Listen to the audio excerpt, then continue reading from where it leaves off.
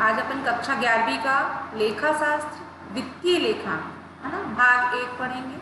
मैं दीप्ति शर्मा आपको आज लेखांकन की विशेषताएं पढ़ाऊंगी। आपने इसके पहले बेटा लेखांकन का अर्थ, परिभाषा और उसके उद्देश्य पढ़े हुए, ठीक है। अब और लेखांकन का इतिहास। अब लेखांकन की विशेषता है। तो लेखांकन जो परिभाषा आपने इसके पहले पढ़ी थी बेटा, परिभाषा से स्पष्ट है कि लेखांकन लेखाजोख, हिसाब किताब, किसी भी फर्म का, किसी भी उद्योग का लेखांकन विज्ञान एवं कला दोनों। इसकी पहली विशेषता है बेटा, विज्ञान का अर्थ होता है विस्तृत ज्ञान का अर्थ, मतलब जो भी अपन विज्ञान में जो भी पढ़ते हैं विस्तृत ज्ञान का अर्थ, अथवा ज्ञान प्राप्त करना, जानना, किसी भी चीज को जानना मतलब ज्ञान प्राप्त करना, किसी भी वस्तु के विस्तृत या क्रमबद्ध, विस्तृत मतलब बड़े फैला हुआ अच्छे से, विस्तृत और क्रमबद्ध मतलब सीक्वेंस वाइज मतलब जमे हुए ज्ञान को विज्ञान कहा जाता है। लेखांकन प्रतिक्रिया के अंतर्गत किसी भी वित्तीय व्यवहार को विस्तृत रूप से निश्चित क्रम में पुस्तकों में लिखा जाता है। जो वित्तीय व्यवस्था होती है बेटा, जो लेखांकन प्रतिक्रिया होती है, उसको किसी भी वित्तीय व्यवहार में विस्तृत रूप से और निश्चित क्रम में एक पुस्तक में लिखा जाता है। उसे लेखांकन का एक विज्ञान है, मतलब जो क्रम से एक निश्चित उस पर पुस्तक में लिखा जाता है उसे लेखांकन का विज्ञान कहा जाता है। और कला का अर्थ होता है किसी भी कार्य को निश्चित रीति से करना, मतलब जो कला है उसको किसी भी कार्य को निश्चित मतलब अच्छे से निश्चित रीति मतलब समझ के करना कहलाती है कला। दूसरा है वित्तीय या मौद्रिक व्यवहार। वित्तीय से मतलब तो बच्चों आप समझते ही हो, वित्तीय मतलब जो अपनी वित्तीय अवस्था कहते हैं ना, वित्तीय अवस्था राशि से, पूंजी से होता है।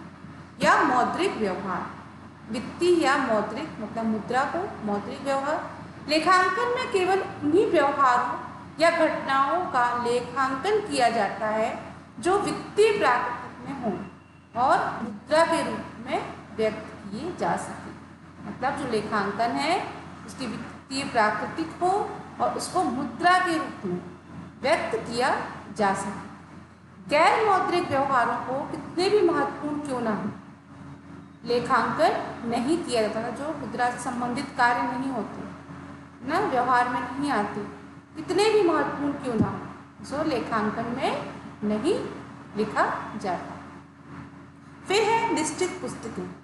व्यावसायिक सौदों को, तब जो व्यावसायिक सौदे होते हैं वो कुछ निश्चित पुस्तक में ही लिखा जाता है। अपन व्यवसाय में जो आय प्राप्त होती है, जो व्यय करते हैं, जो रोकड़ प्राप्त होती है, ये सब अपन व्यावसायिक सौदों को एक निश्चित पुस्तक में क्या करते हैं, लिखते हैं। जैसे दोहरा लेखा प्रणाली में लेजर, जनरल लेजर से अपन महाजनी प्रणाली में कच्ची रोकड़ वही, पक्की रोकड़ वही, खाता वही आदि बनाते हैं। जो पुस्तक होती है उसे अपन दोहरी लेखा प्रणाली से और एक लेजर बनाते हैं, जनरल लेजर बनाते हैं। और महाजनी प्रणाली से, जो महाजनी प्रणाली जो पुराने समय में चला करती थी, तो कच्ची रोकड़ वही और पक्की रोकड़ वही आदि बनाते हैं। फिर है लेखा प्रणाली। तो लेखा प्रणाली क्या है, एक निश्चित प्रणाली के आधार पर, मतलब एक जो अपन निश्चित कर लेते हैं क्या है, प्रणाली के आधार पर किए जाते हैं। भारत में 2 प्रणाली प्रचलित हैं, अंग्रेजी लेखा प्रणाली या दोहरा लेखा प्रणाली, या महाजनी या भारतीय बही खाता प्रणाली। तो कितनी प्रणाली होती है भारत में, 2 प्रणाली बहुत प्रचलित है बेटा, एक अंग्रेजी में लेखा प्रणाली या दोहरा लेखा प्रणाली। जो लेखा प्रणाली है उसको दोहरा लेखा प्रणाली भी कहते हैं, तथा महाजनी में भारतीय प्रणाली और बही खाता प्रणाली होती है। सबसे पहले लेंगे बेटा दोहरा लेखा प्रणाली। इस प्रणाली में प्रत्येक लेन देन और सौदों का क्या किया जाता है, दोनों रूप में, अर्थात नाम तथा जमा का लेखा जोखा किया जाता है। इस प्रणाली में जो लेन देन होते हैं, सौदे होते हैं, वो दोनों रूपों में, नाम। दोहरा लेखा प्रणाली में एक रूप में डेबिट और दूसरे रूप में क्या होता है बेटा, क्रेडिट से संबंधित होती है, डेबिट और क्रेडिट। इस प्रणाली को आधुनिक तथा वैज्ञानिक, मतलब यह प्रणाली जो है कैसी है बेटा, आधुनिक और वैज्ञानिक है। इसमें सर्वोत्तम प्रणाली माना जाता है।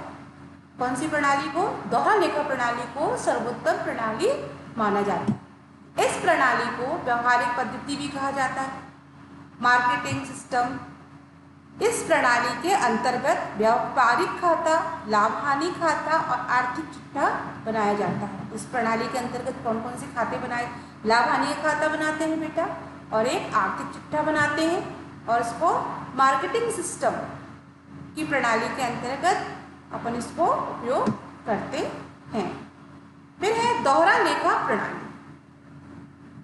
तो प्रत्येक लेन देन या सौदे के रूप को है ना, नाम तथा जमा का लेखा किया जाता है। एक रूप में डेबिट और दूसरे रूप में क्रेडिट होते हैं। तो यह प्रणाली आधुनिक तथा वैज्ञानिक है। कैसी है यह प्रणाली, आधुनिक तथा वैज्ञानिक। इसे सर्वोत्तम प्रणाली माना गया है।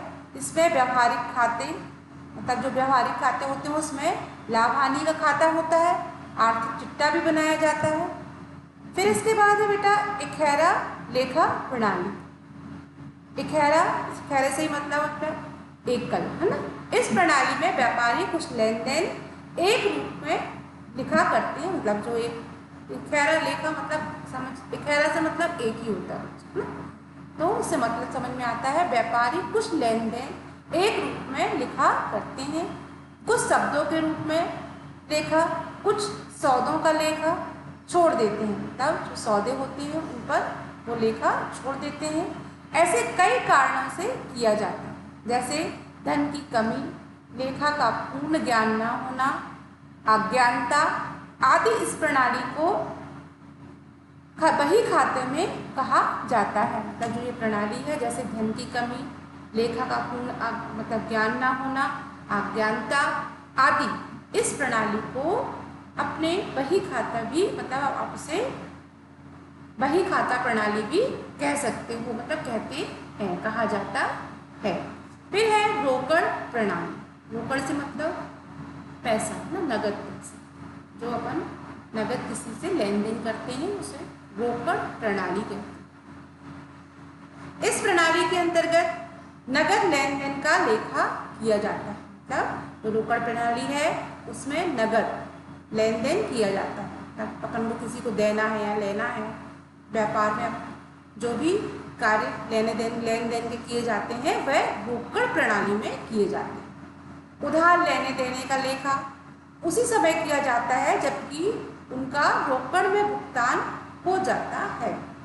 जिन संस्था में लेन देन लगत में हो किए जाते हैं तथा जिनका उद्देश्य लाभ कमाना नहीं होता, उनके द्वारा रोकड़ प्रणाली का उपयोग किया जाता है। मतलब किसी भी संस्था में लेन देन जो होता है वो नगद होता है ना, और जिनका उद्देश्य लाभ कमाना नहीं होता, तो वहाँ पर रोकड़ प्रणाली का उपयोग किया जाता है। जैसे स्कूल, कॉलेज, अस्पताल, धर्म संस्थाएं, पुस्तकालय आदि जो है वो लेखा प्रणाली के आधार पर रखे जाते हैं। फिर है भारतीय प्रणाली। क्या भारत में प्रचलित, मतलब जो भारतीय प्रणाली है वो भारत में प्रचलित है। इस प्रणाली में भारतीय प्रणाली के नाम से जाना जाता है। इसका उल्लेख कौटिल्य ने, तब कौटिल्य जो थे वो उन्होंने इसका उल्लेख किया है कि अर्थशास्त्र में मनुस्मृति में, अर्थशास्त्र है एक अर्थशास्त्र विषय है जिसका अध्ययन आप करते हो बेटा कला और वाणिज्य दोनों में, ये मनुस्मृति के पूर्ण व विशुद्ध रूप में किया गया है। इस प्रणाली में लंबी बहियां प्रयोग में की जाती हैं। लेखा देसी भाषा जैसे हिंदी, उर्दू, गुजराती, मराठी, उड़िया, मतलब सभी भाषाओं में ये होते हैं। वाले लेखे जो होते हैं, भारतीय प्रणाली के जो लेखे होते हैं वो सभी भाषा में होते हैं। इस प्रणाली के अनुसार कच्ची और पक्की रोकड़ खाता बही, मतलब एक कच्ची रोकड़ खाता बही और एक पक्की रोकड़ खाता बही, इसी भारतीय प्रणाली में बच्चों, कच्ची और पक्की रोकड़ खाता बही तथा सहायक बाहियाँ जो होती हैं खाता बहियाँ मतलब रखी जाती हैं। यह प्रणाली सरल है। इस प्रणाली को देसी बही खाता मतलब भारतीय प्रणाली जो है वो कैसी है, सरल है, और इसे देसी बही खाता अथवा महाजनी बही खाता प्रणाली भी कहा जाता है। फिर है नियमित लेखा। व्यवसायिक व्यवहार को लेखा नियमित रूप से तिथिवार मतलब जो नियमित रोज लिखते हैं, नियमित से मतलब प्रतिदिन रोज, है ना। तो जो व्यवसायिक क्रम होते हैं वो डेली जो होते हैं। व्यवसायिक व्यवहारों का लेखा जोखा नियमित रूप से तिथिवार निर्धारित नियमों का पालन करते हुए किया जाता है।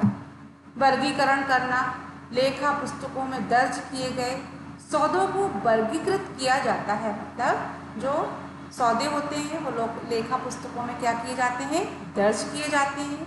सौदों को वर्गीकृत किया जाता है। इस प्रक्रिया में एक ही प्राकृतिक के सौदे एक स्थान पर एक समूह में छांटकर खातों में लिखा जाता है। फिर इसका सारांश।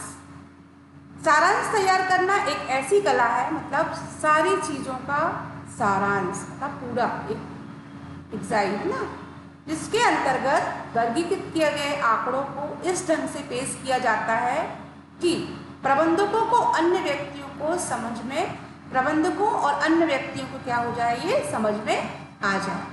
तो इसका सारांश कैसे लिखना चाहिए बेटा, वर्गीकृत किया जाता है आंकड़ों को, और आंकड़ों को कैसे ढंग से लिखा जाता है कि प्रबंधक या किसी अन्य व्यक्तियों को आसानी से ये समझ में आ जाए। उसके लिए सिद्ध हो उपयोगी है। इसके लिए खाता बही के समस्त खातों के शेष निकाले जाते हैं। मतलब जो बही खाते होते हैं उनके समस्त खातों के जो शेष होते हैं वो निकाले जाते हैं, और उसकी सहायता से तलपट तैयार किया जाता है। और तलपट की सहायता से अंतिम खाते क्या किए जाते हैं, तैयार किए जाते हैं। कैसे, तलपट के सहायता से अंतिम खाते क्या किए जाते हैं, तैयार किए जाते हैं। इसमें व्यावहारिक खाता या लाभ-हानि खाता स्थिति विवरण सम्मिलित होते हैं। मतलब व्यावहारिक खाते और लाभ-हानि खाते इसमें सम्मिलित होते हैं। व्यावहारिक खाता वर्ष के दौरान सकल लाभ, मतलब पूरे वर्ष के दौरान आपको कितना लाभ हुआ और कितनी हानि हुई। सकल मतलब कुल, और लाभ और कुल हानि, तो कैसे ज्ञात किए जाते हैं, व्यावहारिक खाता। व्यावहारिक खाता वर्ष के दौरान सकल लाभ सकल हानि को जानने के लिए बनाया जाता है। लाभ हानि खाता वर्ष के दौरान शुद्ध लाभ हानि को जानने के लिए तैयार किए जाते हैं। जो लाभ हानि खाता है वो वर्ष के दौरान कितना शुद्ध लाभ हुआ, कितना शुद्ध हानि हुई, यह जानने के लिए क्या किया जाता है बेटा, तैयार किया जाता है। स्थिति विवरण व्यवसाय की वित्तीय स्थिति को प्रदर्शित करने के लिए बनाया जाता है। लेखांकन का वर्गीकरण तथा सारांश तैयार करने के लिए लेखांकन की प्रक्रिया या लेखांकन चक्र भी कहते हैं। तब जो लेखांकन का वर्गीकरण और सारांश तैयार करने के लिए लेखा बनाया जाता है उसे लेखांकन की प्रक्रिया या लेखांकन का चक्र भी कहते हैं। फिर बही खाता और लेखा शास्त्र में क्या संबंध है? बही खाता या लेखांकन एक ही भाग है। अब जो या बही खाता कहेंगे बेटा या लेखांकन, इनका एक ही भाग है। अतः दोनों के बीच कोई सर्वमान विभाजक रेखा नहीं है। मतलब इसमें कोई वो नहीं है कि अब ये अलग है कि ये अलग है, इसमें कोई सर्वमान्य विभाजक रेखा नहीं है। वित्तीय व्यवहारों को लिखने हेतु उपयुक्त पुस्तकों में रखना, पुस्तक में एक निश्चित रीति से व्यवहारों का लेखा करना बही खाता का कार्य माना जाता है। जो पुस्तक होती है, वही पुस्तक होती है, उसमें एक निश्चित रीति में, मतलब जो एक निश्चित उसके जो रेशो होते हैं उनके व्यवहारों का लेखा करना बही खाता का कार्य क्या होता है बेटा, कार्य माना जाता है। बही खाता द्वारा सूचनाओं का विविधि वर्गीकरण करना, तैयार करना, अंतिम खाते बनाना, लेखांकन का कार्य करना। बही खाते का कार्य जहाँ पर समाप्त होता है वहाँ से लेखांकन का कार्य क्या होता है, प्रारंभ होता है। मतलब जो